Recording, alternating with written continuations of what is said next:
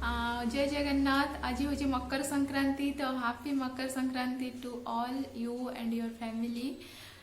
मकर संक्रांति और पोंगल बहुत बहुत एंजॉय करंतु। एतिकी जगन्नाथ पाखे शुभकामना। आज एबे टाइम है 9:30 मुझे मोर ब्लॉगिंग स्टार्ट करुँची।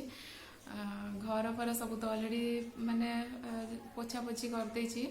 बाहरटा धोई बालकनी तो सेटा सुखी ना से भाभी रंगोली काटिबी। एबे जस्ट मुझे गाधे आसली ठाकुर पूजा करी। श्रीर ताकू टिके फ्रेश फ्रेश करदेवी। एमती से बहुत टाइम जाए शोई पड़ता। और मकर संक्रांति आज आम कि स्पेशल भी करूँ ये छुआर देह खराब अच्छे तो से आम कौन भी एंजॉय करूँ। किसी भी हजबैंड को भी टिके ठंडा हो जाए तो मकर चाउल जो गोलांती से तो एमती खाइले भी टिके माने सब फ्रुट्स पड़ी थाए तो टिके ठंडा रहिबो। से मुझे स्पेशल करूनी। एज यूजुअल ब्रेकफास्ट बनैबी आज। श्री को भावुची आज टिके क्षीर बिस्किट देवी, तार फेवरेट खाना। किंतु जेहेतु टिके कफ्र प्रोब्लेम थिला ताकू देई नथली केते दिन हेलाणी क्षीर बिस्किट देई नथली। आज सकाळ भाविस ताकू सेटा देबी। चलतु मैं भी प्रथम तो पूजा करनेबी, तापर श्री को फ्रेश करेबी। पुणी मिसुची जे ब्रेकफास्ट बनैबी से आपण मानक सहित मिसुची। सो ये मु ब्रेकफास्ट बनवा को आसी जाइए। ब्रेकफास्ट रे कालीर रुटी थिला ताकू टिके तेल देकिना परोटा टाइप बनने हजबैंड को पाई। आउ परोटा खायापी ये आलू भजा बनवाई ये मु कड़ईटा को बसई नहीं। और कड़ई गरम हो गला ये तेल ऐड करनेली। तेल गरम है से किसी ना खाली जीरा देकिना आपको भाजबी। लंका भी मुझे ऐड करूनी, सुखा लंका लास्ट को ये लंका गुंड पकेबी। आउ ये देखो चोपा मिशा आलू भजा करुचे पूरा तरबर रे। आ चोपा छड़िया को भी टाइम है से भी ब्रश कर सारे ए खाइबे। तो जीरा ऐड करनेली। आउठी आलू भी ऐड करनेली। जीरा क्राक है आलू रे अल्प लुण हलदी गुंड माने स्वाद अनुसार लुण हलदी गुंड देकिना ताको मिसई नेबी। आमती भाजी नबा टिके।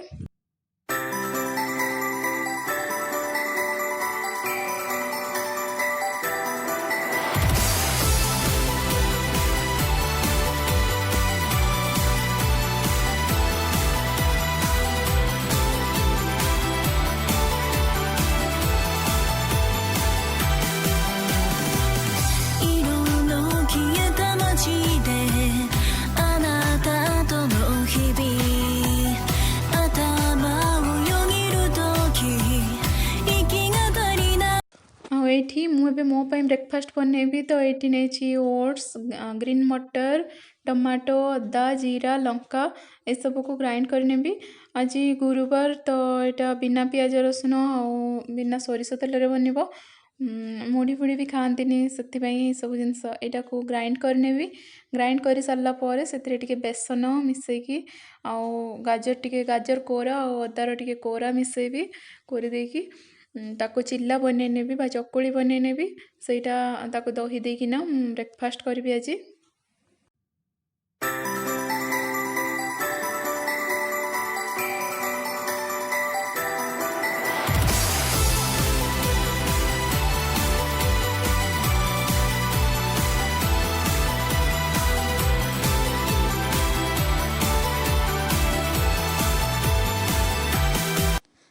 ये आलू भजा बनीगला। ये लास्ट टिके लंका गुंड ऐड कर नौची। यहाँ कलर आ राग टेस्ट सबुपाई तो आपको टिके भाजी नवा लंका गुंड ऐड करके भाजी नेली। कड़ई को मुझे सेपट को शिफ्ट कर नेली कहीं मत एक्चुअली लेफ्ट साइड माने चूल्हे बनवा को टिके इजी लगे। आठी देखली मोर ग्राइंड सब हो ता सहित मुझे बेसन आउ से गाजर कोरा अदा कोरा सब मिसई नहीं गोले देली। एबे टिके ऑयल ब्रश करनेबी तवारे। एमती 2 स्पून देकिना ताको पतला करके माने एमती गोलाकार करनेबी। ये देखंतु गोटे पट हो गला ताको एमती ओल्टे नेली। तो यहपरी करके मु अन्य चिल्ला गुटिक बनई नेबी।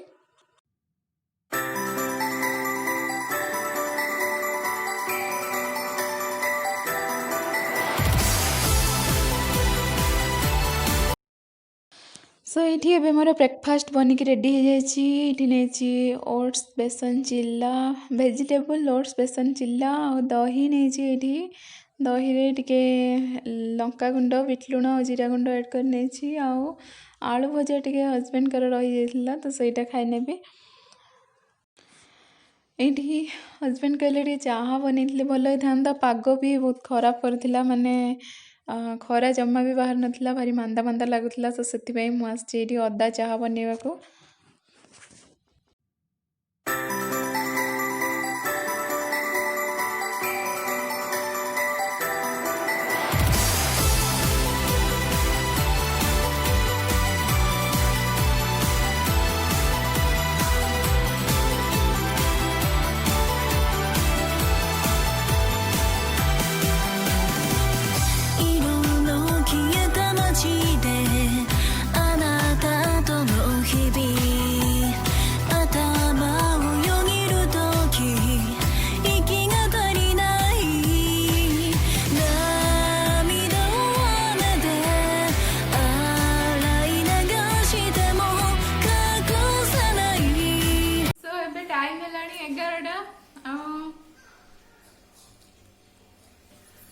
चाहा कप धरिकिना बसी चाहा पीऊँ आपण मैंने भावुवे पागल हो गलानी कि चाहा पीऊँ 11टा बेले तो आज एक्चुअली टे कोहला पाग कर तो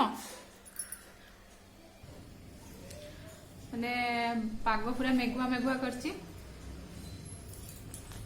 भाविली टे चाह पीद फ्रेश फ्रेश लगे माने मांदा मांदा पाग पूरा करमती अंधारुआ अंधारुआ भी दिशुव खरा टोटाली बाहर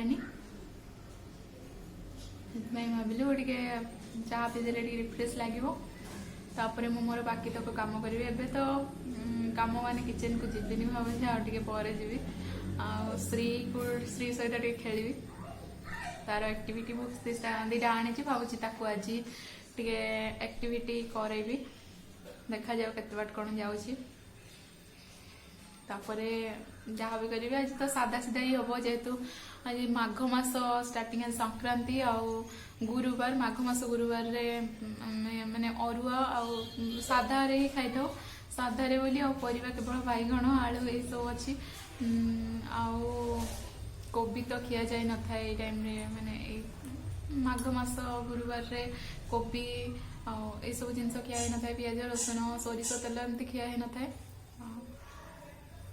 भावी साधा सीधा कौन गोटे बनईदेवी खट्टा बनईदेवी कौन दही तो अच्छी दही सलाड बनईदे हाँ हजबैंड को पचारे कौन कहते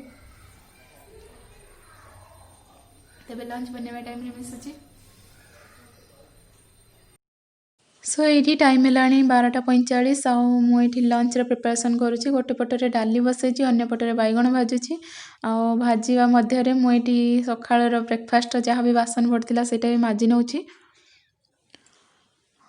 बैगण भजा बनवाई मुझे बैगण को लुण हलदी टिके टाइम मैरिनेट करनी तेल फ्राए करुँची गोटे गोटे थर उल्टा पाल्टा करदे एमती हो जाए ये देखो एगुड़ाक मोर सीझी भी गला अन्यपटे डाली सीटी मारदे तो कुकर भी मुझे प्रेशर कुकर बंद करदे माने गैस बंद कर नौ तो ये बैगण भी सीझी गला तो बैगण को एमती बाहर कर नौ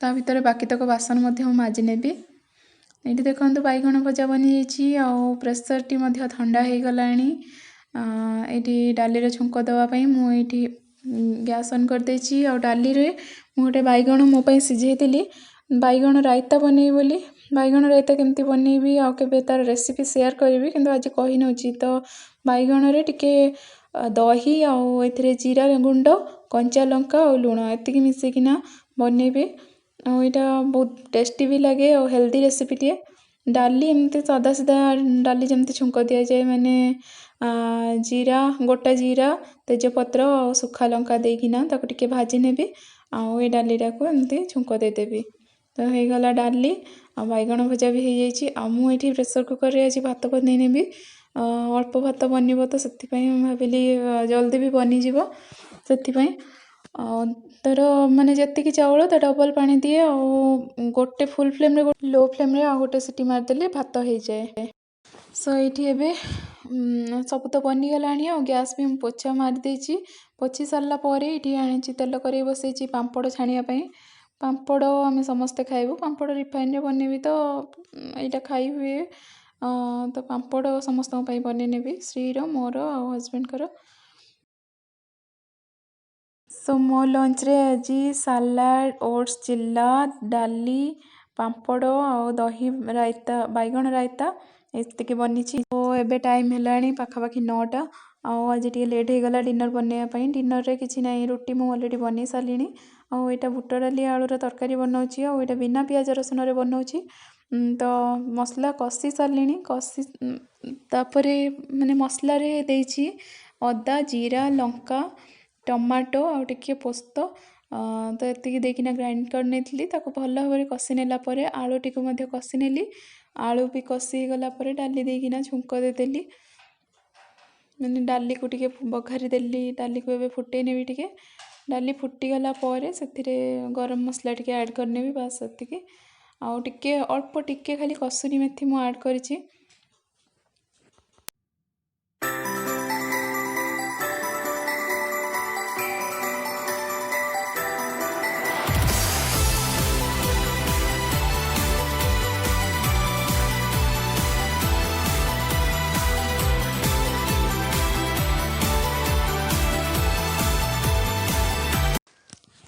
ସୋ ଏଇଠି ତରକାରୀ ବନିଗଲାଣି, ଏବେ ମୁଁ ଏହାକୁ ସର୍ଭ କରିବି। ଆଶା କରୁଛି କି ଆଜିର ଏ ଭିଡ଼ିଓ ଆପଣଙ୍କୁ ଭଲ ଲାଗିବ। ଭଲ ଲାଗିଲେ ଏହାକୁ ଲାଇକ୍ ଆଣ୍ଡ ସେୟାର କରିନିଅନ୍ତୁ। ଆଉ ମୋ ଚ୍ୟାନେଲରେ ଯଦି ନୂଆ ଅଛନ୍ତି ତାହେଲେ please subscribe to my channel. ଆଉ ଏତିକିରେ ମୁଁ ଭିଡ଼ିଓ ଏଣ୍ଡ କରିବି। ପୁଣି ଦେଖା ହେବା ନେକ୍ସଟ ଭିଡ଼ିଓରେ। ସେ ପର୍ଯ୍ୟନ୍ତ ସମସ୍ତଙ୍କୁ bye bye and thanks for watching. Take care.